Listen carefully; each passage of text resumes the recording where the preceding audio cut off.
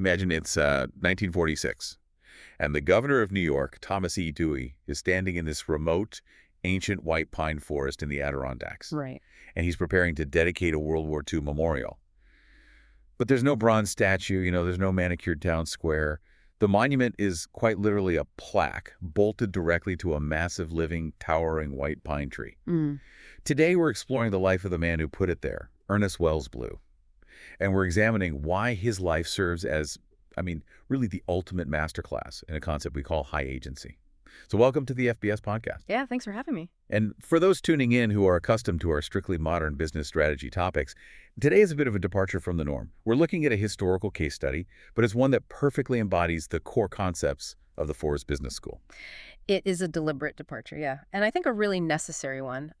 We're working primarily from an FBS case report titled Ernest W. Blue, High Agency in the Woods, alongside this meticulously detailed research biography called Ernest Wells Blue, A Life in the Woods. And I want to establish the parameters of this conversation right away. This is not some hyped up, romanticized tale of a lone genius who magically invents things out of thin air. No lone wolves here, yeah. Exactly. We're looking at substantive, grounded, quiet, operational effectiveness. It's really a study in character and in making complex physical systems actually work in the mud and the pine needles. Yeah, and the FBS defines high agency as a learned operating capacity. It's about separating real constraints from assumed ones, testing angles, acting soon enough to learn, and then improving the system after reality answers. And we're going to trace where those foundational skills actually started for Ernie Blue. So to do that, we look at his upbringing in 1890 on what his family called the home farm near North Gage in Oneida County, New York. Right. And the modern assumption of a rural farm boy from the 1890s is usually, severe isolation. But the sources paint a very different picture. Oh, the isolation assumption is completely wrong in this context. His family was deeply integrated into the local economic engine. They were engaged in agriculture, sure, but his father was also an extensive livestock dealer and a director of the Citizens National Bank of Poland. Wow. Yeah. And his grandfather had previously been the president of that same bank. So Ernie Blue grew up at the absolute intersection of biological land management and local commerce. Which introduces a really interesting dynamic. He's watching assets mature in two completely different ways. On one hand, he sees biological assets, livestock, crops, timber growing in the dirt. Right. But on the other hand, he's surrounded by the concept of financial assets growing on a bank ledger. And then that dual exposure is so critical for understanding his later decisions. When you grow up in that environment, you learn to evaluate risk over extended time horizons. Yeah. You understand that land isn't just inert scenery, it's a productive resource requiring active management, capitalized investment, and protection. Right. And that mindset provides context for his education. So in 1910, he joins the Biltmore Forest School. Now, at this time, the forestry profession in America is practically non-existent. It's brand new. Yeah, it's a frontier discipline. And the Biltmore program, which is run by Carl Alwyn Schenck, had evolved into a traveling professional school. And traveling barely captures the logistical reality of what Schenck actually built. Blue's cohort didn't sit in a static classroom. They moved continuously. Wow. They studied working operations on lumber company lands in Michigan, specifically the Cummer-Diggins Lumber Company. Then they traveled across the Atlantic to study European silviculture in places like Darmstadt, Germany. Or in Europe, yeah. And then they returned to work in the mountains of North Carolina. I actually need to pause on that because taking that path seems incredibly counterintuitive. How so? Well, if you're a young man in 1910 looking to establish a stable career in a brand new field, the logical move is to go to a traditional university, right? Get a conventional 4-year degree and secure a bureaucratic desk job. Right. But instead, he goes to a traveling school where he literally has to keep a horse just to reach his outdoor classrooms. It's like a trade school on steroids.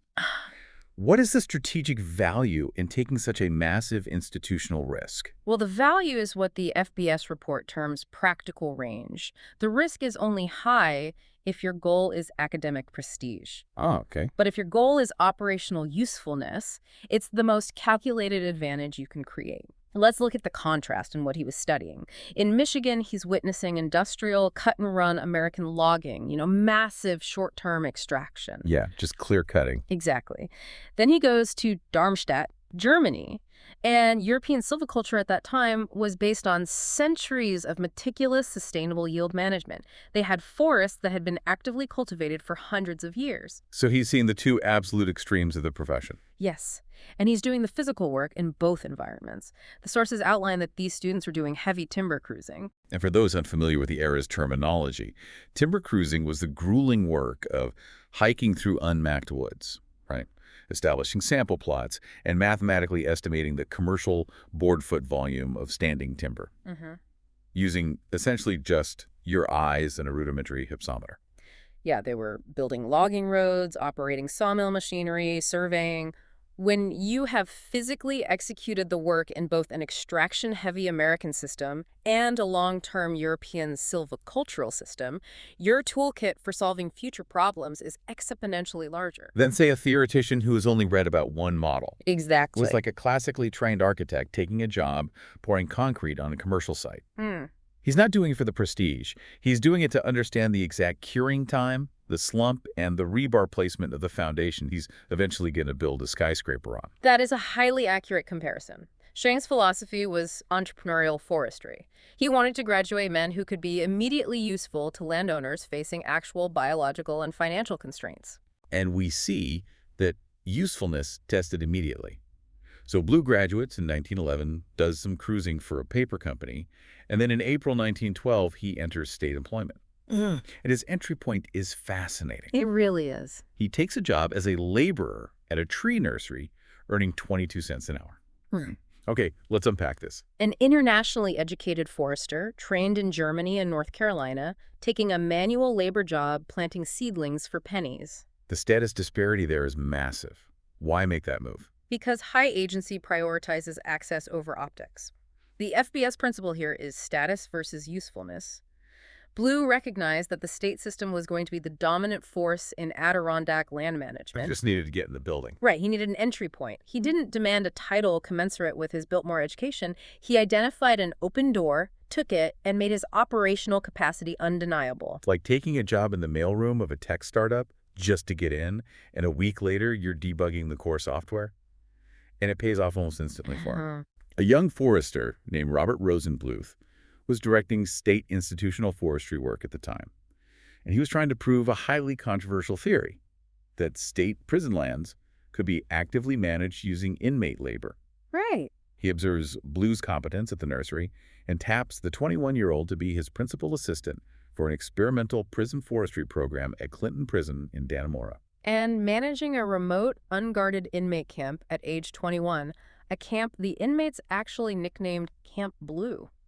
I mean, that requires a staggering amount of personal authority and psychological friction management. I can't even imagine. But the truly difficult part of this assignment wasn't just the logistics of housing and feeding inmates in the woods. It was the technical work Blue was assigned to do. Right. The sources refer to his official title evolving into foreman of lumbering, but the actual day-to-day work sounds more like complex forensic forestry. Well, absolutely. The prison owned this massive Adirondack tract, the old military tract, and the state realized they were bleeding assets through timber trespass, which is basically people illegally logging state land. And dealing with timber trespass in 1912 meant you had to prove exactly where the property lines were, which is incredibly difficult when the boundaries haven't been maintained. Blue had to go out into the old military tract and reconstruct survey lines that were originally laid down a century earlier. How does one physically do that if the land has been burned over or logged or just overgrown for 100 years? What physical evidence is left to find? Well, it requires a synthesis of archival research and intense physical tracking. You start with the original field notes from the 1800s, which might say something like, starting at the iron pin, proceed north 42 degrees east for 40 chains to a blazed hemlock. Okay, but the hemlock is dead, or the forest burned in 1903. Exactly. So Blue had to look for secondary evidence. He's looking for soil depressions where a witness tree might have uprooted 50 years ago. He's cutting into living trees, carefully removing layers of bark and cambium to find internal, healed-over axe marks called blazes made by the original surveyors a century prior. He is quite literally cross-referencing paper abstractions with biological evidence. He is. He's taking a vague, legally ambiguous problem, where does the state's land end and the private lumber company's land begin, and reducing it to observable physical facts. Yeah. It's the essence of clear thinking under pressure. And he's doing all of this while simultaneously supervising a crew of state inmates. It's wild. And Blue clearly masters the immediate localized constraints of running a camp and surveying a line. But high agency is ultimately about scaling that friction. So by 1915, his constraints shift from localized problems to massive logistical outputs. Mm-hmm. He is supervising a project to plant 1 million trees by June 1st, and they actually meet the deadline. The logistical coordination to move, stage, and plant 1 million fragile biological seedlings within a highly specific weather-dependent window is just monumental. And during this exact period of scaling up, there's a micro detail in the biography that I think perfectly illustrates his mechanical mindset. He marries Lulu Bell Davis in 1916. And because of the planting schedule, their early married life is spent living in a canvas tent out in the field. But instead of just accepting that they have to use kerosene lanterns, Blue builds an improvised electric lighting system for the tent. And the mechanics of how he accomplished that are so telling. He didn't requisition a generator. He looked at his immediate environment, found a small stream, and built a miniature water wheel. Yeah. Then he went completely outside of the forestry discipline, sourced a salvaged hand-crank magneto from an old telephone, hooked the two together, and generated enough current to run a 6-volt light bulb. The telephone crank is the crucial detail there. He sees a mechanism designed to send a ringing signal down copper wires, and he mentally reassigns its utility to generate continuous illumination via hydropower. Exactly. He doesn't wait for a standardized solution. He forces a cross-disciplinary adaptation. And that precise cognitive flexibility, identifying a tool in one domain and adapting it to solve a constraint in another, is the exact mechanism he uses to revolutionize wildland fire control a decade later. Which is huge. Right, but first he has to acquire the mandate to do so. So in September 1917, at age 27, he is appointed District Forest Ranger for Region 3, which is a territory encompassing 2 million acres in and north of the Adirondack Park. 2 million acres in 1917. The constraint scale just exploded. You cannot manage a territory that size with a reactionary bucket brigade. You cannot. The early New York Ranger system was fundamentally different from the modern, helicopter rescue image we have today. Blue's role evolved from fighting individual fires to systemizing the entire architecture of forest protection. Okay. He had to select high elevation sites and erect steel fire observation towers. He had to string miles of telephone wire through untracked wilderness to connect those towers to regional hubs. So he's building a permanent communication and detection infrastructure. The FBS report notes that the high agency move here is not engaging in heroic response forever. It's utilizing hard-won experience to make the next response structurally faster and more reliable. You move from the assignment to the system. Yes. However, systemizing a 2 million acre wilderness is an inherently messy process. And the sources are refreshingly honest about the realities of that work. Right. Here's where it gets really interesting. Yeah. They include a specific instance from 1929 where Blue conducted a boundary survey at Cranberry Pond, setting 4 new corners where he found no previous markers. Okay. But a subsequent survey, conducted nearly 40 years later in 1967 with vastly superior tools, proved that Blue's location was erroneous. Which begs the question, right? Why does a case study on operational excellence deliberately highlight a technical failure? Well, because high agency is not synonymous with infallibility, and teaching it as such is dangerous. When you're operating in highly ambiguous environments like recovering undocumented boundaries in dense timber, you will inevitably make errors. Yeah, of course. The standard of high agency is contact with reality. You make the most rigorous judgment possible based on the available evidence. You take decisive action. And crucially, you leave a clear, transparent trail of your methodology so that future operators, armed with better data or technology, can correct the map. It's the scientific method applied to land management. You form a hypothesis, you literally stake your claim in the ground, and you allow future data to refine the model. Exactly. His legacy isn't damaged by the 1967 correction.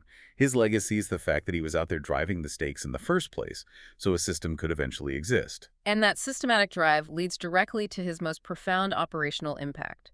In the 1920s, the primary constraint facing wildland fire control was portable suppression. Right. If a fire broke out deep in the woods where heavy tanker trucks couldn't penetrate, rangers had to rely on highly inadequate rudimentary equipment. Yeah, they were essentially using buckets and heavy, inefficient hand pumps that required you to stop moving to operate them. And if you have a running fire line and dry pine needles, stopping to fiddle with a cumbersome pump means you lose the line. And Blue refused to accept that constraint. He refused to accept that remote fires simply had to burn until they hit a road. But he also knew he didn't have the engineering capacity to invent a new hydraulic machine from scratch. So he looks outside the forestry silo again, just like he did with the telephone crank. He goes back to his agricultural roots in Oneida County and approaches D.B. Smith and Company, a manufacturer of agricultural sprayers based in Utica. And the FBS loop is perfectly executed here. He identifies the constraint: inadequate portable fire equipment.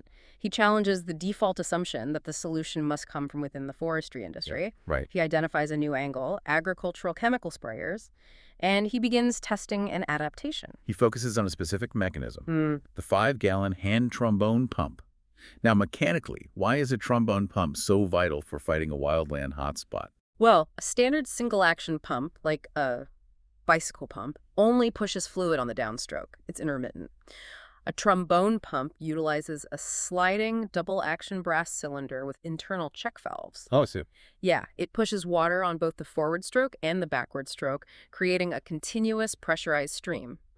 If you're a ranger hiking up a steep, smoky ridge, you can carry 5 gallons of water in a contoured backpack, aim the brass nozzle, and lay down a continuous wet line without ever breaking your stride. The mobility and the sustained pressure changed the entire tactical approach to wildland fire. But to be clear, Blue did not invent the trombone pump mechanism itself. He did not, and the FBS case report emphasizes this distinction.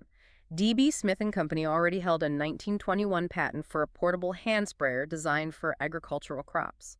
What Blue did was serve as the operational catalyst. Wait, so he didn't actually invent the pump from scratch like a mad scientist? No, and that's the point. It's highly analogous to a frontline military medic walking through the motor pool, seeing a specialized pneumatic tool used by auto mechanics to change tires, recognizing that the torque mechanism could perfectly solve a bone-drilling constraint in field surgery. Yes. And then driving the institutional change to get both the manufacturer to adapt it and the medical board to authorize it. Exactly.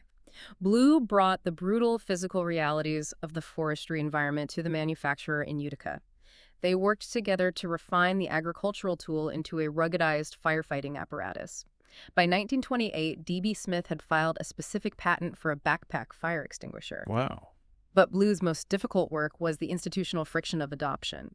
He had to convince the state bureaucracy to test it, secure federal funds to purchase an initial 600 units, and eventually scale that deployment to thousands of units across the state. And the result is the Indian fire pump. It becomes the absolute standard for wildland fire equipment globally. Field repairable, refillable in any creek, utterly reliable. He didn't just solve a local problem, he fundamentally enlarged the field of possible action for every forester who came after him. He did, and his capacity to navigate different systems simultaneously was not limited to adapting hardware. The researchers uncovered a document that profoundly reframes how we view his career bandwidth. Oh, this part is amazing. Yeah, for decades, the assumption based on references in Robert Rosenbluth's 1962 memoir was that Blue retired from forestry and subsequently took up a second career in local banking. But the timeline doesn't support that sequence at all. The researchers found a Biltmore Forest School reunion directory from 1950. In that directory, Ernie Blue is listed with a dual title, District Forest Ranger and President of the Citizens National Bank of Poland. He didn't retire from his state forestry position until October 1951.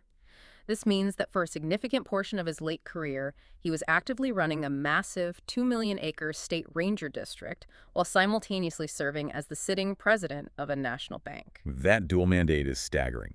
We really need to elevate the business context of what that actually means. Forestry and banking are superficially different, but fundamentally they're both disciplines of long-term asset valuation. However, the time horizons are in massive conflict. Right. Explain the friction there. Well, a forester operates on ecological timelines. You plant a pine stand knowing the asset won't reach commercial maturity for 50 or 60 years. But a local bank president is dealing with immediate community liquidity, issuing 30-year mortgages, capitalizing local businesses, managing quarterly cash reserves. The friction between enforcing strict long-term state conservation laws on a community while simultaneously managing that same community's immediate financial capital requires an incredibly delicate balancing act. It requires what the FBS terms productive disagreeability. Blue was a senior regulatory figure for the state. His job was often to tell local landowners and lumbermen no. Yet he was trusted enough by those same people to manage their financial assets. Right. He wasn't a disruptive contrarian alienating the system from the outside.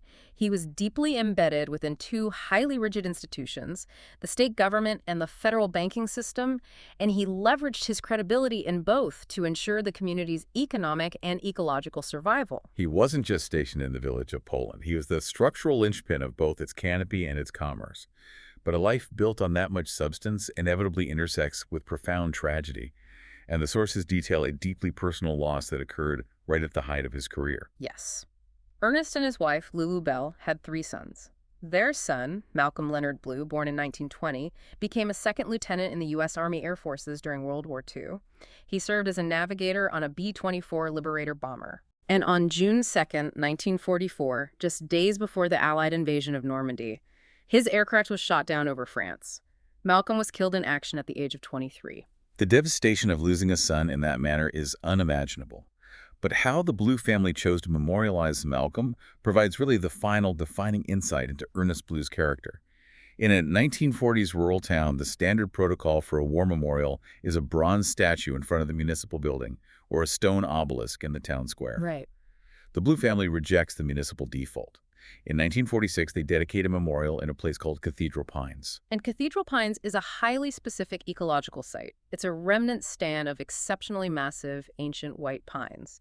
To a forester of Blue's generation, an old-growth white pine stand is not just a cluster of trees, it's the biological cathedral of the profession. They took a commemorative plaque and physically bolted it to one of the largest, oldest living pines in that stand. And this wasn't a quiet private family affair. The sitting governor of New York, Thomas E. Dewey, traveled to the Adirondacks to attend the dedication. Governor Dewey's presence underscores the immense respect Blue commanded within the state apparatus by 1946. He had spent his entire adult life protecting that specific landscape, and when faced with abstract, overwhelming grief, he anchored his son's memory directly into the biological reality he had stewarded. Decades later, biological reality took its course, and a lightning strike eventually killed that specific memorial tree. But the system Blue had helped build remembered him. In 1994, crews from the Department of Environmental Conservation, the modern iteration of Blue's agency, went into Cathedral Pines, built a permanent stone monument, and transferred Malcolm's plaque to it, ensuring it remained within that specific stand of timber. The symbolism is so profound. Ernest Blue's entire methodology was about forcing abstractions into reality. He took vague, century-old paper deeds and turned them into physical survey stakes in the mud. He took an abstract constraint regarding fire suppression and turned it into a mass-produced brass and steel pump.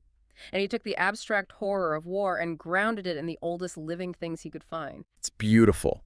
And for our listeners, I want to make a highly specific recommendation. Cathedral Pines is located in Hamilton County in the Adirondacks, directly off Route 28 between Inlet and Roquette Lake. You can pull off the highway and be standing beneath those giant pines in 60 seconds. Wow. Yeah, if you were traveling through that area, it is absolutely worth a stop to see the scale of that timber and the monument that remains there today. It's a tangible piece of operational history. Ernest Blue retired from state service in October 1951. He lived a robust life, passing away in 1974 at the age of 83.